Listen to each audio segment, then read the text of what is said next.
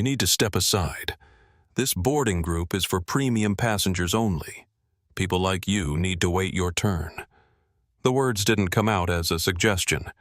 They were delivered as fact, loud and certain, cutting through the noise of Gate 27 at Los Angeles International Airport. Kristen Walsh, senior flight attendant for Skybridge Airlines, stood at the boarding door with her arms crossed, her platinum blonde hair pulled into a flawless twist, her navy uniform pressed sharp enough to cut glass. The designer Hermes scarf knotted at her neck wasn't standard issue. Neither was the Cartier watch peeking from beneath her sleeve. She looked like money, sounded like authority, and right now she was staring down a woman she'd decided didn't belong. Maya Thorne, 34 years old, stood in front of her holding a first-class boarding pass. She wore dark jeans, a fitted black blazer, and simple white sneakers. No logos, no flash. Just calm, dark eyes that had seen this exact scenario play out more times than she cared to count. "I'm in Group 1, Maya said evenly, holding up her boarding pass. "Seat 1A. Kristen's eyes flicked to the pass, then back to Maya's face. Her smile didn't reach her eyes. This must be some kind of mistake. "How did you get this seat? Before we get into what happened next, tell me where you're watching from. Comment your city below. And if this moment stopped you in your tracks, the way it did the passengers around her, hit that subscribe button and give the video a like." Now let's rewind to how this all started. Maya had arrived at LAX 90 minutes before departure, same as she always did. She moved through the terminal the way she moved through life, quietly, deliberately observing everything. The gate area was packed.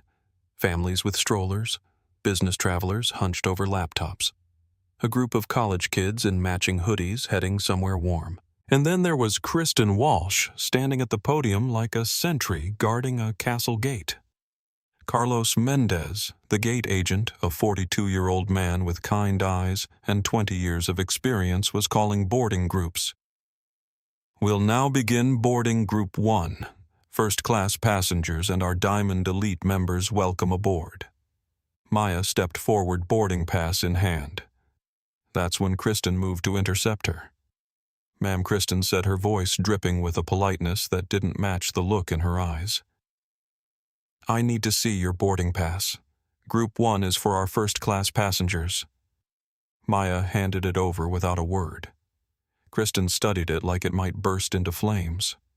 Her perfectly manicured nails painted a deep crimson tapped against the paper. She squinted at the barcode. She turned it over. She held it up to the light. "This is Seat 1A, Kristen said slowly, as if Maya might not understand English. "Are you sure this is your ticket?" "I'm sure," Maya said. "It's just unusual." Kristen continued, her smile now a thin, sharp line. "We don't usually see people in your situation in these seats." Carlos, standing 3 feet away, looked up from his computer. "Ms. Walsh, her boarding pass is valid." Kristen ignored him. "I'll need to verify this with the system. Can you step aside, please?" Maya didn't move. "My boarding pass is valid. I'd like to board, and I'd like to make sure we're not dealing with fraud." Kristen shot back her voice, just loud enough for the people in the first 3 rows of seats to hear. "We've had issues before, people trying to use passes that don't belong to them. I'm sure you understand." A woman in the waiting area, Emily Rodriguez, 28 years old, a travel blogger from San Diego with dark curly hair and a nose for injustice, pulled out her phone. She didn't say anything. She just pointed the camera and pressed record. Maya took a slow breath. She'd been flying for 20 years. She'd built a career, a company, a life in the sky, and she knew exactly what this was. "I purchased this seat 3 months ago," Maya said, her voice calm but carrying a weight that made a few nearby passengers turn their heads. "I have my confirmation number, my credit card receipt, and my ID. Would you like to see all 3, or can I board the plane?" "I paid to be on." Kristen's jaw tightened. She turned to Carlos. "Check the manifest." Carlos typed, his fingers moving quickly. He looked at the screen. He looked at Maya. He looked back at Kristen. She's confirmed. Seat 1A. Paid in full. Fine, Kristen said, her voice clipped. She handed the boarding pass back to Maya with 2 fingers like it might contaminate her. But just make sure you stay in your assigned seat. We'll be watching. Maya took the pass, met Kristen's eyes, and said nothing. She walked down the jet bridge alone, her footsteps echoing in the narrow corridor. Behind her, Emily kept recording. The jet bridge smelled like recycled air and jet fuel. Maya walked slowly, her carry-on rolling quietly behind her. She could hear voices from the gate area behind her, muffled but urgent. She didn't look back. When she reached the aircraft door, another flight attendant was waiting. Rosa Delgado, 45 years old, with warm brown eyes and graying hair pulled into a neat bun, smiled genuinely. "Welcome aboard," Rosa said. "First class is right this way." "Thank you," Maya said. She stepped into the cabin. First class on Sky Bridge's transcontinental flights had 12 seats arranged in a 2-2 configuration. Leather, warm lighting, enough space to breathe. Maya knew every inch of this plane. She'd approved the layout herself. She found seat 1A, the window seat, in the first row. She placed her bag in the overhead bin, settled in, and buckled her seatbelt. The seat next to her 1B was empty. That seat was reserved for her assistant, who was flying in from a different city and would meet her in New York. Across the aisle in 2C sat a woman who looked like she'd walked out of a country club catalog. Victoria Lancaster, 52 years old, with ash blonde hair styled in perfect waves, a cream Chanel suit, and a string of pearls that probably cost more than most people's cars. Her husband Richard, 55, sat next to her in 2D, already buried in the Wall Street Journal. Victoria's eyes landed on Maya. Her nose wrinkled just slightly, like she'd detected an unpleasant smell. "Richard," Victoria said, not bothering to lower her voice. "When did they start letting just anyone into first class?" Richard grunted, not looking up from his paper. "In seat 3A, James Morrison, 31. A white tech entrepreneur in a hoodie and jeans glanced up from his laptop. He caught Maya's eye. He looked embarrassed. He looked away. More passengers filed in. The cabin filled with the sounds of bags being stowed, seats, reclining phones dinging with last-minute messages. Rosa moved through the aisle, greeting passengers, offering smiles. And then Kristen Walsh stepped onto the plane. She swept through the first-class cabin like she owned it, her eyes scanning seats, checking faces, making mental notes. When she reached Maya, she stopped. Ma'am Kristen said, her voice sugary sweet and venomous all at once. "Just confirming you're in the correct seat." Maya looked up. "I am. And you'll be staying here for the duration of the flight." "That's generally how assigned seating works," Maya said. Kristen's smile turned to ice. "Just making sure we're all clear on the rules." She turned on her heel and walked toward the galley, her heels clicking against the floor. Rosa, who had been standing near the exit row, caught Maya's eye. She mouthed the words, "I'm sorry." Maya gave a small nod. The captain's voice came over the intercom. "Good afternoon, folks. This is Captain Rodriguez. We're just about buttoned up here and waiting for our final clearance from the tower. Should have you wheels up in about 10 minutes. Sit back, relax, and thanks for flying Skybridge." Kristen returned with a tray of champagne flutes. She started at the back of the first-class cabin and worked her way forward. She stopped at James Morrison's seat. "Champagne, sir?"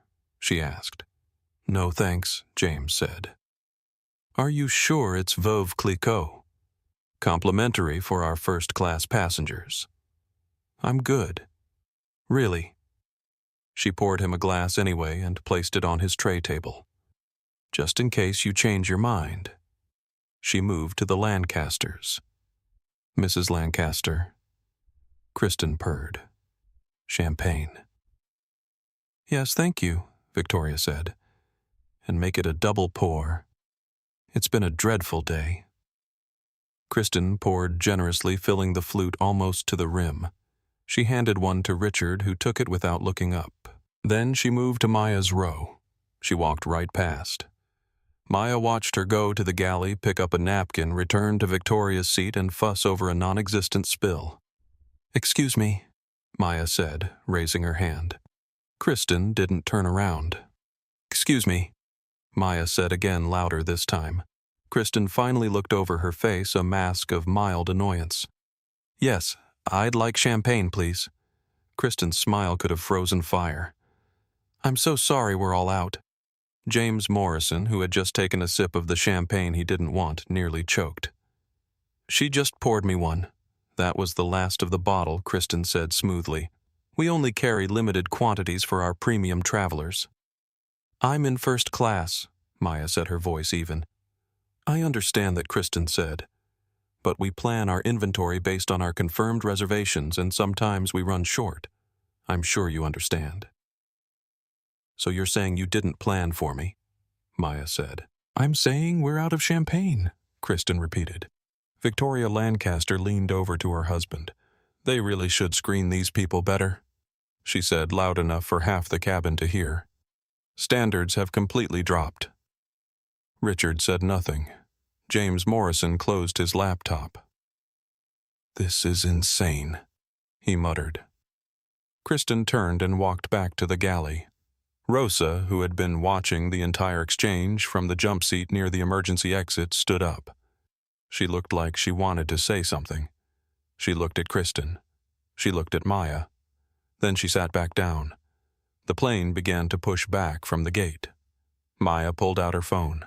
She opened her text messages and pulled up a contact saved simply as Alex K. She typed, "It's happening again. Flight 447 Skybridge." The reply came almost instantly. "Alex K. Do you want me to intervene?" Maya stared at the screen. She thought about it. She could end this right now with a single phone call. But she needed to see it. She needed to know how far it would go. Maya. "Not yet. I want to see how far this goes." Alex K. "I'm standing by. Say the word." Maya put her phone away. The plane taxied toward the runway. The flight attendants took their seats. The engines roared to life. And Maya Thorne, founder and CEO of the airline she was sitting on, prepared for takeoff, knowing the turbulence hadn't even started yet. The plane climbed steeply, punching through a layer of low clouds before leveling off at 35,000 feet. The seatbelt sign dinged off. The cabin settled into the familiar rhythm of a long flight. The hum of engines, the rustle of magazines, the occasional cough. Kristen Walsh unbuckled her jump seat in the galley and stood smoothing the front of her uniform. She checked her reflection in the galley's polished metal surface, adjusted her scarf, and stepped into the aisle with the kind of confidence that comes from believing you're untouchable. Rosa Delgado, still seated near the exit row, watched her. Rosa had been flying for 22 years. She'd worked for 3 different airlines, survived 2 mergers, and seen every kind of passenger and crew member the skies had to offer. She knew trouble when she saw it. And Kristen Walsh was trouble. Rosa Kristen called from the galley, her voice bright and commanding. "I'll handle the first-class service today. You focus on the exit rows and main cabin." Rosa stood slowly. "I'm assigned to first class on this flight." "I know," Kristen said, her smile not wavering. "But I prefer to handle my premium passengers personally. I'm sure you understand." It wasn't a question. It was an order. Rosa glanced toward Maya's seat. Maya was looking out the window, her face unreadable. Rosa wanted to say something. She wanted to push back. But Kristen had seniority connections in management and a reputation for making life miserable for anyone who crossed her. "Fine," Rosa said quietly. She picked up her service tray and headed toward the main cabin. Kristen watched her go, then turned her attention to first class. She moved down the aisle with a tray of hot towels, white and steaming, rolled tight, and presented with silver tongs. She stopped at Victoria Lancaster's seat. "Hot towel?" Mrs. Lancaster Kristen asked. "Oh yes, thank you, dear," Victoria said, taking one and pressing it to her face with a satisfied sigh. Finally, some proper service. Kristen handed one to Richard. She gave one to James Morrison, who took it with a polite nod. She offered them to the passengers in rows 2, 3, and 4. She walked right past Maya. Maya watched her in the reflection of the window. She said nothing. Kristen returned to the galley. She came back with a tray of water bottles, juice, and sparkling water. She asked each passenger what they wanted. She took their orders with a smile. She skipped Maya entirely. James Morrison, who was now very much paying attention, raised his hand. "Excuse me," he said to Kristen as she passed. "I think you missed someone." Kristen turned her expression pleasant. "I'm sorry," James pointed to Maya. "The passenger in 1A. You didn't offer her anything." "Oh," Kristen said, glancing at Maya as if noticing her for the first time. "I'll get to her." "You just served everyone else," James said.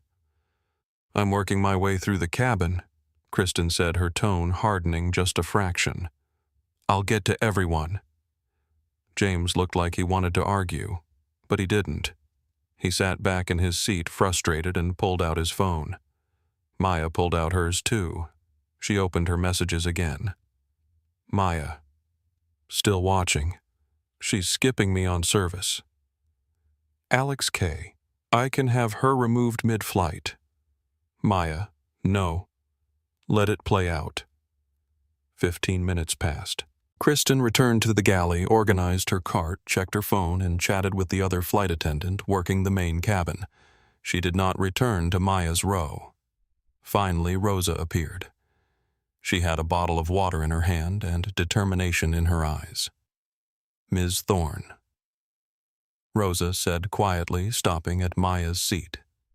"Can I get you something to drink?" "Just water, please," Maya said. "Of course." Rosa handed her the bottle. Kristen's voice cut through the cabin like a whip. "Rosa." Rosa froze. Kristen appeared in the aisle, her face tight. "What are you doing?" "The passenger in 1A didn't have anything to drink," Rosa said. "I told you I'm handling first class," Kristen said.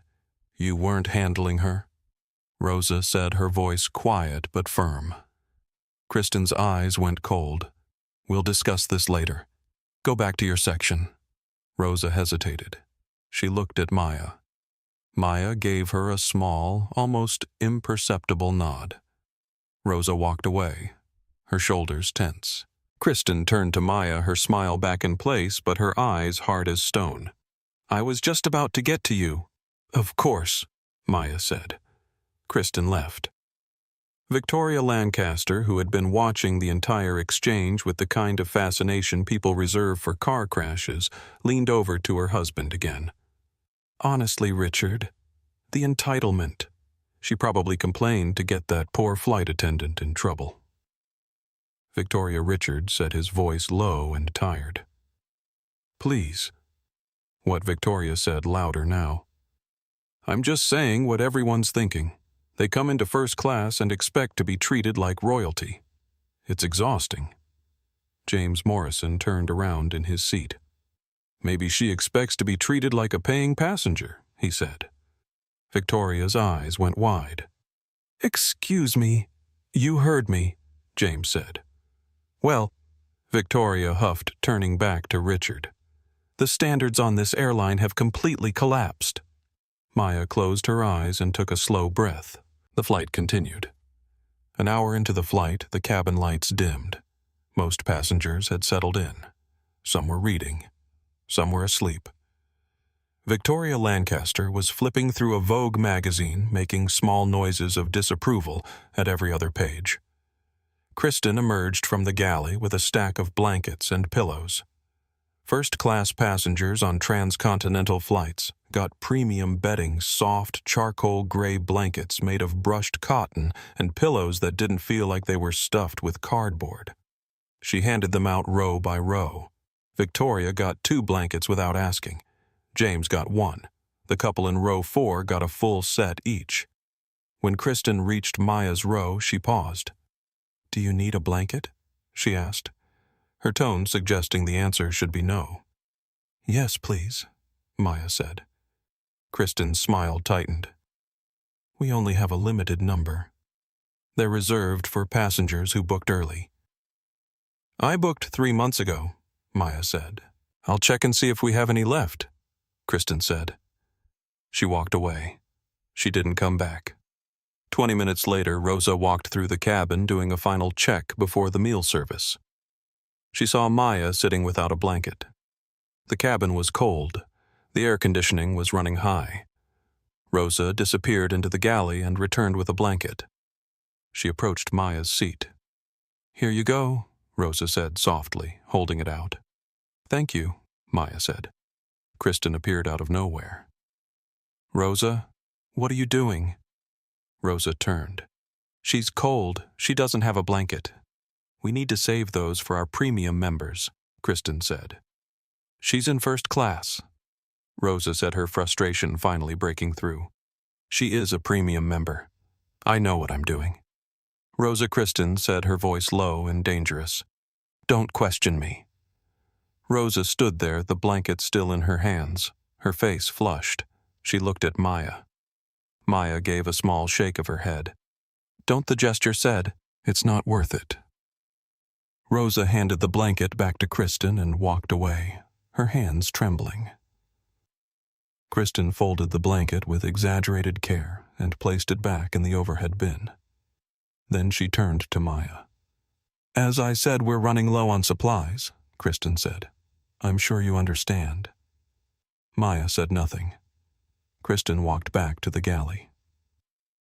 Victoria Lancaster, who had been watching the entire scene with barely concealed glee, called out to Kristen as she passed.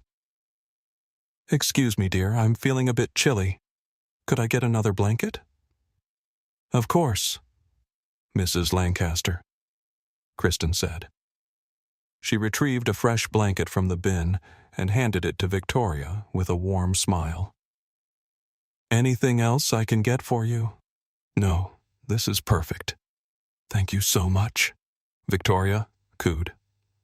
James Morrison, sitting across the aisle, pulled out his phone and started typing furiously. Emily Rodriguez, the travel blogger from the gate, was seated in row 5.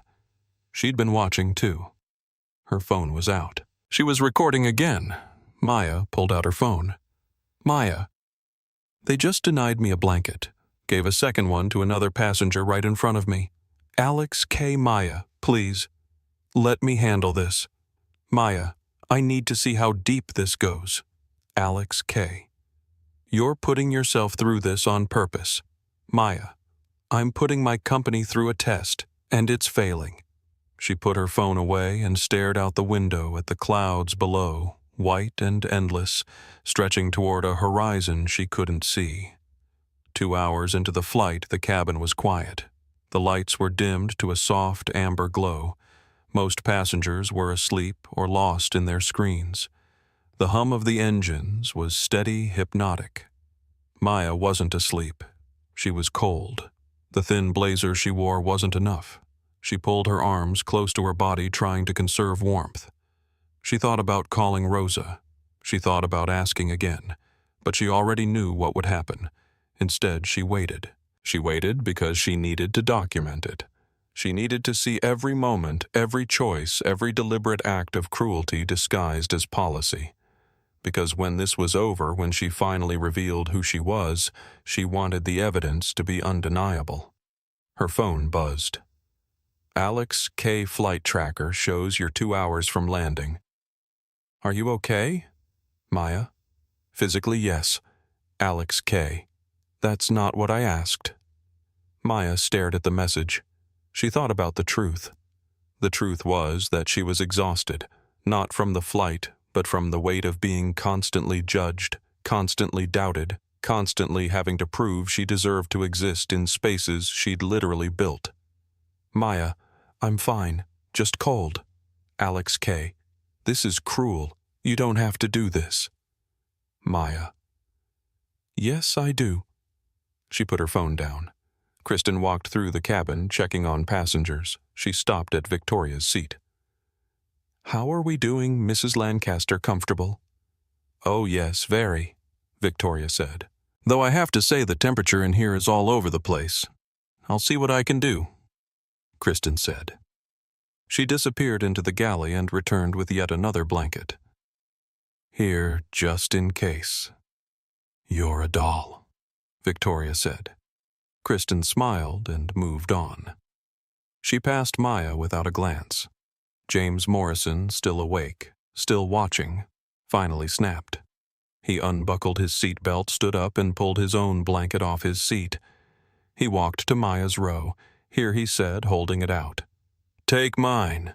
I don't need it." Maya looked up at him. "I can't take your blanket. I'm serious. I run hot anyway." "I was about to take it off." "That's kind," Maya said. "But no. Why not?"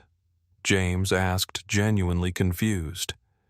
"Because I shouldn't have to rely on the kindness of strangers to get what I paid for," Maya said quietly. James stood there for a moment, the blanket still in his hands. Then he nodded slowly. "You're right. This is messed up." He walked back to his seat, but he didn't sit down. He walked to the galley. Kristen was there, organizing meal trays. "Can I help you, sir?" she asked. "Yeah," James said. "The woman in 1A still doesn't have a blanket. It's freezing in here. Can you get her one?" Kristen's smile never wavered. "As I explained earlier, we have limited supplies. You just gave a third blanket to the woman in 2C, James said. "Mrs. Lancaster has specific comfort needs," Kristen said, "and the woman in 1A doesn't." "Sir, I don't appreciate your tone, and I don't appreciate watching you treat a passenger like she doesn't exist," James said. Kristen's eyes flashed. "If you continue to harass me, I'll have to ask you to return to your seat." "Harass you," James said, his voice rising. "I'm asking you to do your job." Rosa appeared from the main cabin, drawn by the raised voices. "Is everything okay?" "Everything's fine," Kristen said. "This passenger is just returning to his seat." James looked at Rosa. "She won't give the woman in 1A a blanket." Rosa's face fell. "Kristen, Rosa, go back to your section," Kristen said. "There are blankets right there," Rosa said, pointing to the overhead bin. "Those are reserved," Kristen said. "For who?" Rosa asked. "For passengers who belong here," Kristen said. The words hung in the air. James stared at her. "What did you just say?" Kristen realized her mistake. "I meant passengers who booked premium services." "That's not what you said," James said. "Sir, return to your seat." "Now." James walked back to his seat, shaking his head. Rosa looked at Kristen, her face pale. "You can't say things like that." "I didn't say anything wrong," Kristen said. "You know exactly what you said," Rosa whispered. "Are you questioning me?" Kristen asked. Rosa opened her mouth, then closed it. Then she walked away. Maya watched it all. She saw the exhaustion on Rosa's face. She saw the frustration on James's. She saw the satisfaction on Kristen's. And she made a decision. She pulled out her phone one more time. "Maya, I'm ready. Make the call." 3 hours into the flight, the cabin lights came back up to a soft glow. Passengers stirred, stretched, blinked away sleep. The flight attendants emerged from the galley, pushing carts laden with covered trays, the smell of warm food filling the cabin.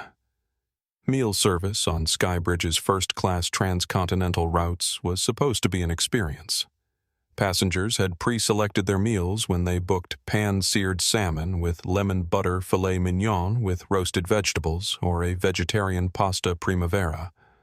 The meals were plated on real ceramic dishes served with actual silverware and accompanied by a selection of wines.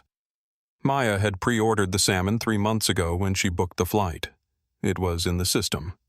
She knew it was in the system because she'd designed the system, Kristen emerged from the galley with a tray, her face composed in an expression of professional courtesy. She started at the back of the first-class cabin, working her way forward, row by row. She stopped at row 4. "Good afternoon," she said to the couple seated there. "We have pan-seared salmon or filet mignon this evening." The woman ordered the salmon. The man ordered the filet. Kristen moved to row 3. James Morrison was seated in 3A. "And for you, sir?"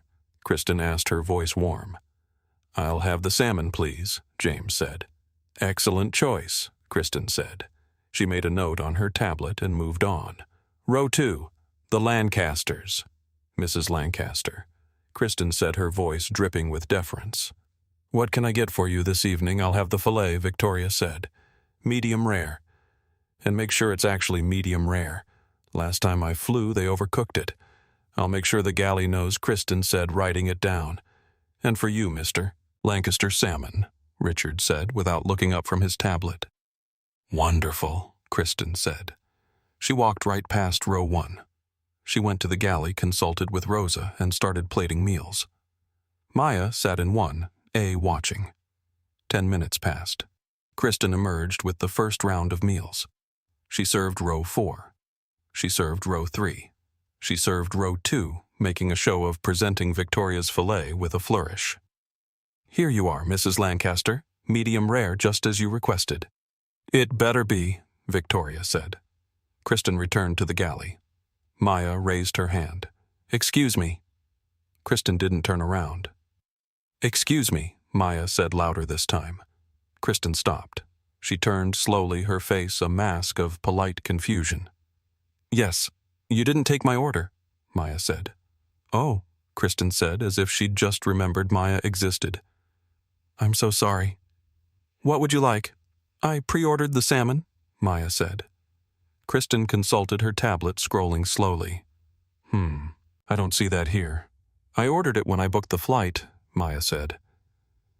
"Well, it's not showing up in my system," Kristen said. "But let me see what we have available." She walked back to the galley. She was gone for 5 minutes. When she returned, her face was apologetic in a way that felt rehearsed. "I'm so sorry, but we're all out of the salmon." "Then I'll have the filet," Maya said. Kristen's smile faltered. "We're out of that too." James Morrison, who was cutting into his salmon, stopped. "How are you out? You just served everyone. We prepare meals based on our confirmed pre-orders," Kristen said. "Sometimes there are discrepancies." "She says she pre-ordered," James said. "It's not in the system," Kristen said. "Then check the system," James said. "Sir, I don't need you to tell me how to do my job," Kristen snapped. James put down his fork. "I'm not trying to tell you how to do your job. I'm trying to figure out how a first-class passenger doesn't have a meal." Kristen ignored him and turned back to Maya. "We do have a vegetarian pasta option. I can bring that out for you." "I don't want the pasta," Maya said. "I want what I ordered." "As I explained, we're out," Kristen said. "How convenient," Maya said quietly. "I'm sorry," Kristen said, her voice sharp. "I said how convenient," Maya repeated, her voice steady but cold. "I've been skipped for champagne, skipped for water, denied a blanket, and now I'm being told the meal I pre-ordered doesn't exist." Kristen's face flushed. "I don't appreciate your tone, and I don't appreciate being treated like I don't belong on a flight." "I paid for," Maya said. The cabin had gone quiet. Every passenger in first class was watching now. Victoria Lancaster leaned over to her husband. "Here we go. They always make it about race." "Victoria, stop!" Richard hissed. "What?" Victoria said louder. "I'm just saying she's the one causing a scene." Maya turned to look at her. "I'm causing a scene by asking for food." Victoria's eyes widened. "Don't you speak to me. I'm speaking to anyone who wants to pretend they don't see what's happening here," Maya said. "What's happening?" Victoria said, her voice rising. is that you're being difficult. What's happening, Maya said, her voice calm and clear, is that I've been systematically... She stopped herself. Not that word. I've been deliberately ignored, dismissed, and disrespected from the moment I stepped on this plane. Oh, please, Victoria said. You people always think everything is about you. The words landed like a bomb. James Morrison stood up. Okay, that's enough. Sit down, Victoria snapped. No, James said. I've been watching this the entire flight. This flight attendant has skipped her for every single service. And now you're making it worse. I don't have to listen to this, Victoria said. Then stop talking, James said. Kristen, who had been standing frozen in the aisle, finally found her voice. Everyone needs to calm down. I am calm, Maya said, but I'm also still waiting for my meal. I told you we're out, Kristen said. Then give her mine, James said. He picked up his plate still half full and held it out. I haven't touched this side. She can have it. Sir. That's not protocol, Kristen said. I don't care about protocol, James said. I care about the fact that she's been sitting here for 3 hours without food. Kristen's face went hard. Put the plate down, sir. Give her a meal, James said. Sir, sit down, or I will call the captain, Kristen said. Maya stood up. Don't, she said to James. I appreciate it, but don't. James looked at her confused. Why not? Because I don't want your food, Maya said. I want an explanation for why I'm being treated this way. Kristen crossed her arms. I've explained. We're out of your meal. Then explain the champagne, the water, the blanket. Explain all of it, Maya said. I don't have to explain anything to you, Kristen said. Actually, Maya said you do. No, Kristen said, her voice rising. I don't. You got on this plane with an attitude from the start. You've been making everyone uncomfortable, and now you're trying to turn this into something it's not. What am I trying to turn it into? Maya asked. You know exactly what Kristen said. Say it, Maya said. Kristen's mouth opened, then closed. She knew she'd gone too far, but she didn't know how to walk it back. That's what I thought, Maya said. She sat back down. Kristen stood there trembling with anger and something else. Fear, maybe, or the slow, creeping realization that she'd made a terrible mistake. I'm going to file a complaint, Kristen said. You're going to file a complaint, Maya said. Against me?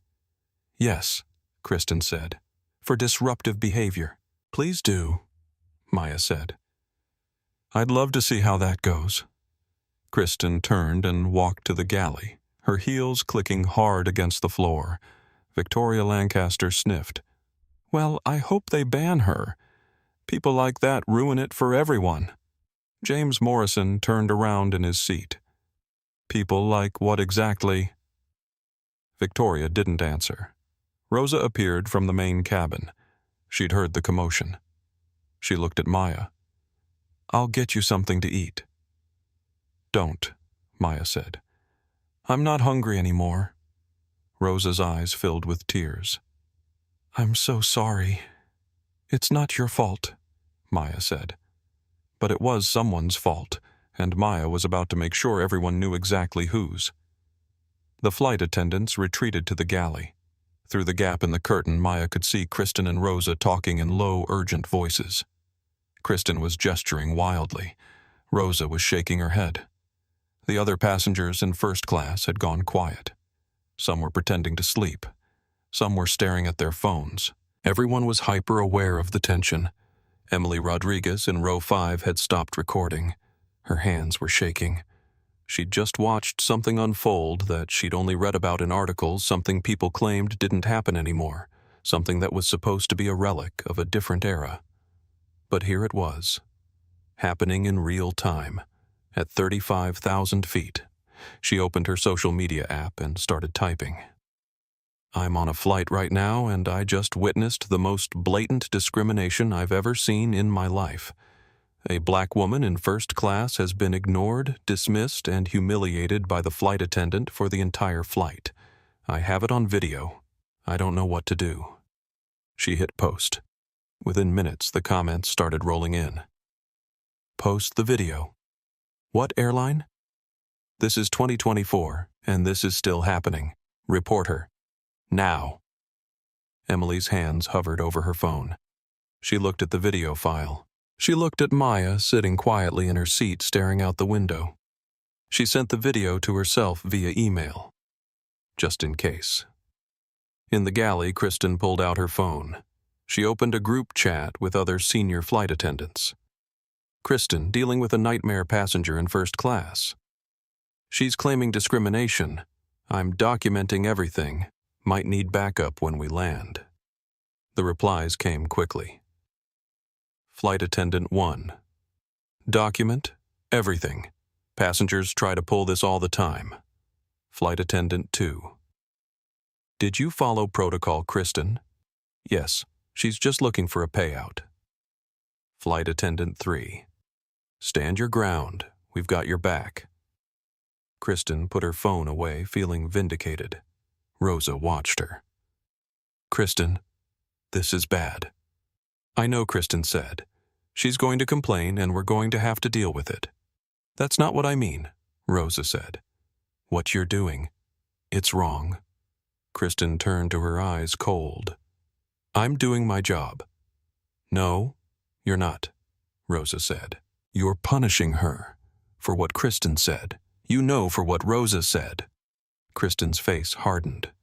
"If you have a problem with how I run my cabin, take it up with management. But until then, stay out of my way." Rosa looked at her for a long moment. Then she walked out of the galley and down the aisle to the main cabin. She passed Maya's row. She stopped.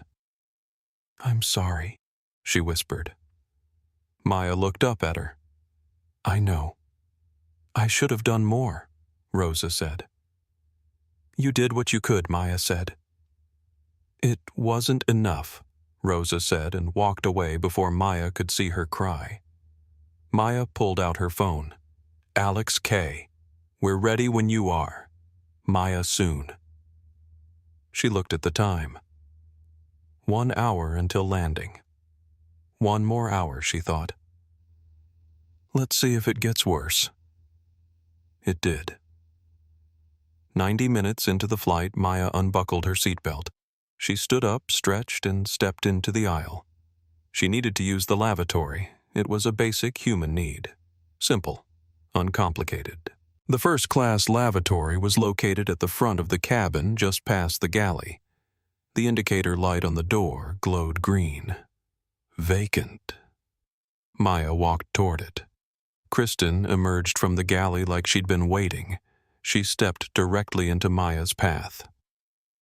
"Excuse me," Kristen said, her voice sharp. "Where are you going?" Maya stopped. "To the lavatory." Kristen glanced at the door. The green light was clearly visible. "That one is occupied." Maya looked at the light, then at Kristen. "It says vacant." "It's broken," Kristen said. "You'll need to use the one in the main cabin." Maya stared at her. "The light is working fine." "I'm telling you it's occupied," Kristen said. "And I'm telling you I can see that it's not," Maya said. "Ma'am, I'm not going to argue with you," Kristen said. "Use the lavatory in the back." James Morrison, who was still awake and still watching, stood up from his seat. "The light is green. It's empty." Kristen turned to him, her face flushed. "Sir, this doesn't concern you. It concerns everyone on this plane," James said. "You're lying." "I am not lying," Kristen said, her voice rising. "Then prove it," James said. "Open the door." "I don't have to prove anything to you," Kristen said. "Then let her use the bathroom," James said. "Sir." "Sit down," Kristen said. Not until she gets to use the bathroom. She's standing in front of James said. Other passengers were waking up now, drawn by the raised voices. Victoria Lancaster sat up, adjusting her eye mask. What is all this noise? Maya took a step toward the lavatory door. Kristen moved to block her. I said no, Kristen said. Maya looked her in the eye. Move. Or what Kristen said. Or I'll move you, Maya said quietly. Kristen's eyes flashed. Are you threatening me? I'm telling you to step aside so I can use the bathroom, Maya said. You don't give me orders, Kristen said. I'm not giving you an order, Maya said. I'm exercising my right as a passenger. Your rights end where my authority begins, Kristen said.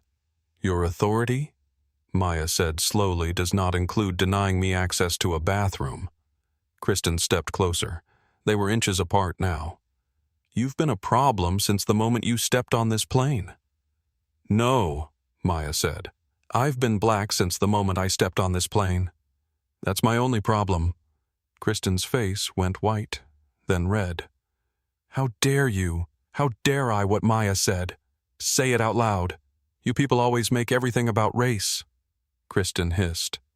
There it was, out in the open, undeniable. James Morrison pulled out his phone and started recording. Say that again. Kristen spun toward him. Put that phone away. Say it again, James repeated. Emily Rodriguez in row 5 already had her phone out. She was recording too. Kristen was breathing hard now, her chest rising and falling, her perfectly styled hair coming loose from its pins. She looked at Maya. She looked at the passengers watching her. She looked at the phones pointed in her direction.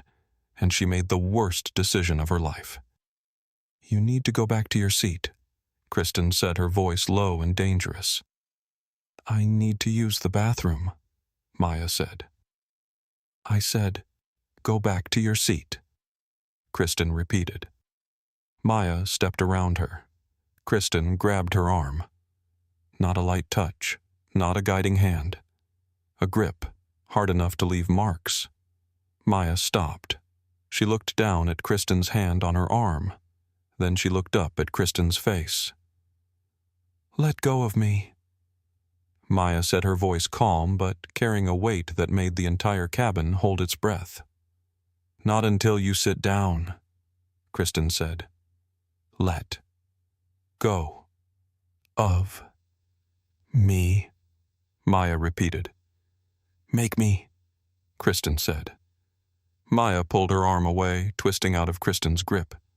Kristen stumbled forward off balance. And then, in a moment that would be replayed millions of times across every social media platform, in the next 24 hours, Kristen Walsh raised her hand and slapped Maya Thorne across the face. The sound cracked through the cabin like a gunshot. Maya's head snapped to the side. Her hand flew to her cheek. The red mark was already blooming angry and unmistakable. The cabin erupted. Oh my God! Emily gasped, her phone shaking in her hand. What the hell? James shouted, stepping into the aisle. Victoria Lancaster let out a small scream. Rosa came running from the main cabin. Kristen! No! Kristen stood there breathing hard. Her hand still raised her face, a mask of shock and rage, and something that might have been fear. Maya lowered her hand from her cheek. Her face was calm.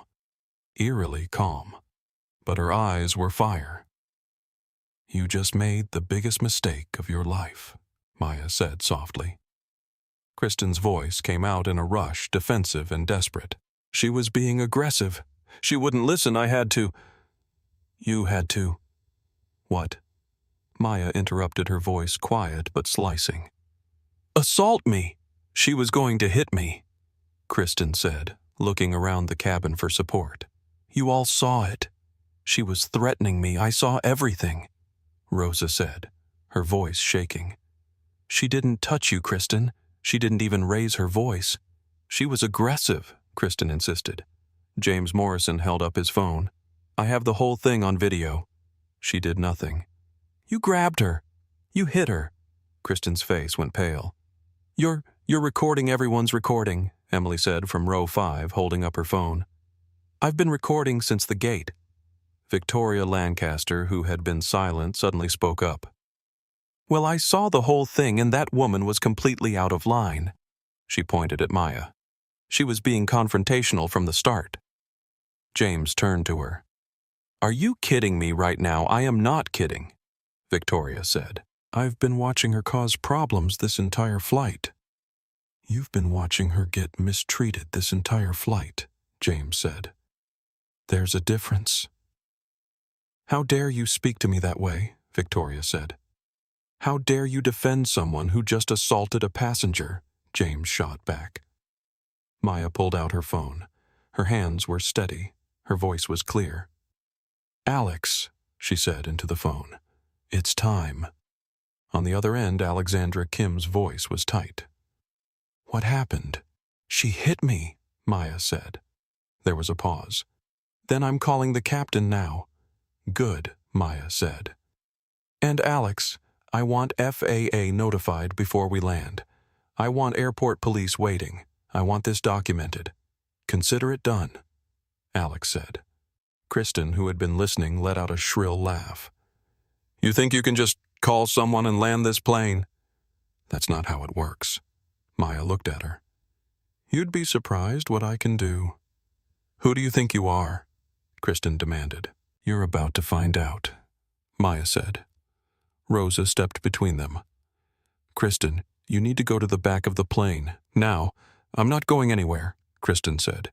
She's the one who needs to be restrained. For what Rosa said. For standing there while you hit her, I didn't hit her. Kristen said, her voice rising. I was defending myself. There's video, James said, waving his phone. You hit her. Kristen looked around the cabin wildly. Her perfect composure was gone. Her hair was falling out of its twist. Her scarf was askew. Her eyes were wide and panicked. The intercom crackled to life. Ladies and gentlemen, this is Captain Rodriguez. The cabin went silent. We've been informed of an incident in the cabin. We are diverting to Las Vegas McCarran International Airport for an emergency landing. We will be on the ground in approximately 15 minutes. Please return to your seats and fasten your seatbelts. Flight attendants prepare for landing. Kristen froze. No. Yes, Maya said quietly. You can't do this, Kristen said. I just did, Maya said. Kristen looked at her, really looked at her for the first time, and she saw something in Maya's eyes that made her blood run cold. Who are you? Kristen whispered. Maya smiled. It wasn't a kind smile. Sit down, Kristen. You'll find out soon enough. The plane descended through choppy air, the engines whining as Captain Rodriguez guided them toward Las Vegas. The cabin was silent except for the mechanical sounds of flight, the rush of air over the wings, the hydraulic whir of the landing gear deploying the soft ding of the seatbelt sign illuminating. Maya sat in 1A, her hand resting lightly on her cheek where the red mark was still visible. She wasn't crying. She wasn't angry. She was calm, focused, waiting. Kristen sat in the jump seat near the galley, her face buried in her hands. Rosa sat across from her silent. James Morrison was on his phone, texting rapidly. Emily Rodriguez was uploading her video to a private cloud just in case. Victoria Lancaster sat rigid in her seat, her face pinched with displeasure. The plane touched down with a slight jolt, the tires squealing against the runway. The engines roared in reverse thrust. The aircraft slowed, turned, and taxied toward the gate. As they approached, Maya looked out the window. She could see them, the flashing lights of emergency vehicles, airport police, and a black SUV with tinted windows. She smiled. The plane came to a stop. The jet bridge extended with a mechanical groan. The door opened, but no one got off. Instead, people got on. 2 airport police officers entered first, their uniforms crisp, their expressions neutral. Behind them was a woman in her early 40s wearing a sharp black pantsuit and an expression that could cut steel. Her hair was pulled into a sleek ponytail. Her heels clicked against the floor like a countdown. This was Alexandra Kim, Chief Operating Officer of Skybridge Airlines. Behind her was another man in a suit holding a tablet. He looked like legal. The cabin, which had been holding its breath, exhaled in confusion. Alexandra stopped at the front of the cabin. She looked at Kristen still sitting in the jump seat. She looked at Rosa. Then she looked at Maya. Ms. Thorne. Alexandra said, her voice formal but warm. Are you all right? Every head in the cabin turned toward Maya. Kristen's head snapped up. Ms. Thorne. Alexandra walked down the aisle, stopping at row 1. She crouched slightly so she was at eye level with Maya. Let me see. Maya turned her head. The red mark was still there, fading but visible. Alexandra's jaw tightened. She stood and turned to face the cabin. Ladies and gentlemen, Alexandra said, her voice clear and commanding. I'm Alexandra Kim, Chief Operating Officer of Skybridge Airlines. First, I want to apologize for this diversion. I know many of you have connections to make. We will be rebooking you at no cost, and every passenger on this flight will receive full compensation. There were murmurs of confusion. Second, Alexandra continued. I need to address what happened on this flight. She turned to Kristen, who was standing now, her face pale. Kristen Walsh, Alexandra said. Do you know who you just hit? Kristen's mouth opened. No sound came out. Let me help you, Alexandra said. She gestured to Maya. This is Maya Thorne. She is the founder and chief executive officer of Skybridge Airlines. She is the owner of this company, and she is your boss. The cabin exploded. Gasps. Shouts. A few scattered curses. Oh my God, Emily whispered, her phone still recording. James Morrison let out a disbelieving laugh. Holy Victoria Lancaster's face went from pale to sheet white. Kristen stumbled backward, gripping the seat in front of her for support. That's not, she can't be. She is, Alexandra said coldly. And you just assaulted her. I didn't know, Kristen said, her voice rising to a shriek. I didn't know who she was, and that Maya said standing up is exactly the problem. The cabin went silent. Maya stepped into the aisle. Every eye was on her. My name is Maya Thorne, she said, her voice steady and clear. I founded Skybridge Airlines 8 years ago. I started this company because I was tired of being treated the way I was treated today. Tired of being followed in stores. Tired of being questioned in first-class lounges. Tired of being told I didn't belong in spaces I'd paid to be in. She looked around the cabin. I fly my own airline regularly. I don't announce who I am. I dress like a regular passenger. I sit in coach sometimes in first class. And I watch. I watch how my employees treat people, how they make assumptions, how they decide who deserves respect and who doesn't. She turned to Kristen. Today I watched you, Kristen Walsh, skip me for every service on this flight. I watched you deny me champagne water, a blanket, and food. I watched you grab me, and then I watched you hit me. And through all of it I was calm, because I needed to see how far you would go. Kristen was crying now, mascara running down her face. I'm sorry. I'm so sorry. I didn't know. You didn't treat me badly because you didn't know who I was. Maya interrupted. You treated me badly because of what I look like, and that tells me everything I need to know about you. She turned to Alexandra. She's fired. Already done, Alexandra said. She turned to the officers. I want to press charges. Assault and battery, understood, one of the officers said, stepping forward. Kristen let out a wail. Please, please. I have bills, I have a family, I need this job. You should have thought about that, Maya said, before you decided I was less than human. The officers moved toward Kristen. She backed away, shaking her head. This isn't fair, she cried. I've worked here for 7 years.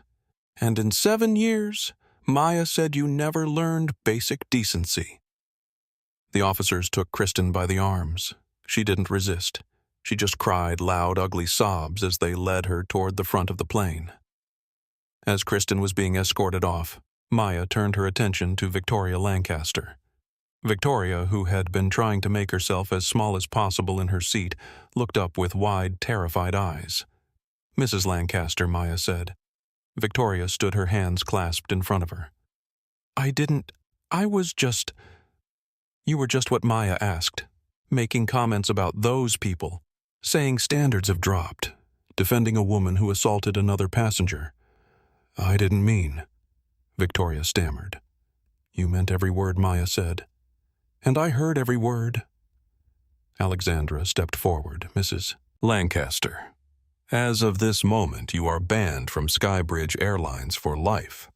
Your husband's corporate account, which I believe is with Vance Capital, will be closed by end of business today." Victoria's face crumpled. "You can't do this." "I can," Maya said. "And I am." Richard Lancaster stood up. He looked at his wife with an expression of pure fury. "I told you to shut up," he hissed. "I told you." He turned to Maya. "Ms. Thorne, I apologize for my wife. I had no idea." "Save it," Maya said. "Your account is closed. Find another airline." She turned to the rest of the cabin. To everyone else she said, "Thank you for your patience. You will all be rebooked on the next available flight to New York in the same class of service or better. You will be compensated, and I promise you this will never happen on one of my planes again." She looked at Emily. "Thank you for recording. That footage is going to be very important." Emily nodded, too stunned to speak. She looked at James. "Thank you for speaking up." James just shook his head in disbelief. "I can't believe this." "Believe it," Maya said. She turned to Rosa, who was standing near the galley, tears streaming down her face. "Rosa," Maya said gently, "come here." Rosa walked over, her hands shaking. "You tried to help," Maya said. "I saw everything you did, and I want you to know that you are exactly the kind of person I want working for this airline." Rosa let out a sob. "I should have done more." "You did what you could in an impossible situation," Maya said. "But starting today, you won't be in impossible situations anymore. You're promoted. Head of in-flight services. Report directly to Alex." Rosa's eyes went wide. "What?" "You heard me," Maya said. "We need people like you leading this company. People who give a damn." Rosa burst into tears, covering her face with her hands. Alexandra put a hand on her shoulder. "We'll talk details later. For now, just breathe." Maya turned and walked off the plane, past the officers, past Kristen still crying in the jet bridge, past the crowd of airport personnel who had gathered to watch. She walked into the terminal where the cameras were already waiting. The plane finally touched down at JFK, just after midnight, nearly 4 hours behind schedule. Maya Thorne walked through the terminal not to fanfare, but to a quiet kind of recognition. Passengers from the flight nodded as she passed. Some thanked her. One elderly woman reached out and squeezed her hand. Emily Rodriguez's video had gone viral mid-flight, racking up 20 million views by the time the wheels hit the tarmac. The hashtag Maya Thorne was trending worldwide. News vans were parked outside every terminal entrance. Kristen Walsh was arrested at baggage claim in Las Vegas, charged with assault and battery. Her mugshot, mascara streaked and red-eyed, made the front page of every major news outlet by morning. Victoria Lancaster's lifetime ban became headline news when her husband's firm released a statement condemning her remarks and announcing they were separating all business and personal accounts. Richard filed for divorce 3 days later. Rosa Delgado stepped into her new role as head of in-flight services and became the face of Skybridge's new zero-tolerance policy on discrimination. James Morrison donated $100,000 to Maya's foundation, supporting minority entrepreneurs in aviation. Within 72 hours, Skybridge Airlines saw a 400% surge in bookings. People didn't just want to fly with an airline that talked about dignity. They wanted to fly with one that enforced it. Maya didn't just fire one flight attendant that day. She exposed a crack in the foundation and rebuilt the entire structure. The incident revealed gaps Skybridge didn't know it had bias in hiring blind spots and training a culture that rewarded silence over speaking up. Within 2 weeks, Maya implemented mandatory anti-discrimination training for all employees, not as a formality, but as a condition of continued employment. She launched an anonymous passenger feedback system where complaints were investigated within 24 hours. She created a mentorship program for Black and brown aviation professionals, funding it herself with $5 million. She promoted Rosa to lead the culture change, trusting her to build the company Maya had envisioned but hadn't yet achieved. The lawsuit against Kristen was settled quietly, with all proceeds going to the NAACP Legal Defense Fund. Victoria Lancaster issued a public apology no one believed and disappeared from social circles entirely. But Maya's focus wasn't punishment, it was prevention. She turned her pain into policy, her anger into architecture, and her voice into a blueprint for every person who'd ever been told they didn't belong. Here's what I learned from Maya's story, and I hope you take this with you. Dignity isn't up for debate, and silence isn't wisdom. Maya could have stayed quiet. She could have filed a complaint after landing, collected a settlement, and moved on. But by refusing to accept disrespect, by documenting every moment, by letting the world see exactly what happened, she didn't just defend herself. She defended every passenger who'll board that airline after her. Every person who's been dismissed, doubted, or degraded because someone decided they didn't fit. The people who judge you by your appearance, your seat number, or their assumptions about what you can afford. They're exposing their own limitations, not defining yours. Maya knew who she was. She didn't need a title to deserve respect. She deserved it because she's human. But when Kristen crossed the line, Maya used her power not for revenge, but for reform. She didn't just punish one person. She changed an entire company's DNA. If you've ever been made to feel like you don't belong, let this be your reminder. Your worth isn't determined by people too small to see it. Speak up, record it, report it. Don't let anyone gaslight you into accepting crumbs when you paid for the whole meal. And to those who treat people differently based on assumptions, understand this. The person you're dismissing today might be the one with the power to change your world tomorrow. Treat everyone with respect, not because they might be your boss, but because it's the bare minimum standard of being human. If this story moved you, share it. If you've lived something similar, tell your story in the comments. And if you believe respect should be universal and automatic, hit that subscribe button. Because stories like Maya's need to be told until the day they stop happening. Until dignity is the default, not the exception. Until no one has to fight for the basic respect they already deserve.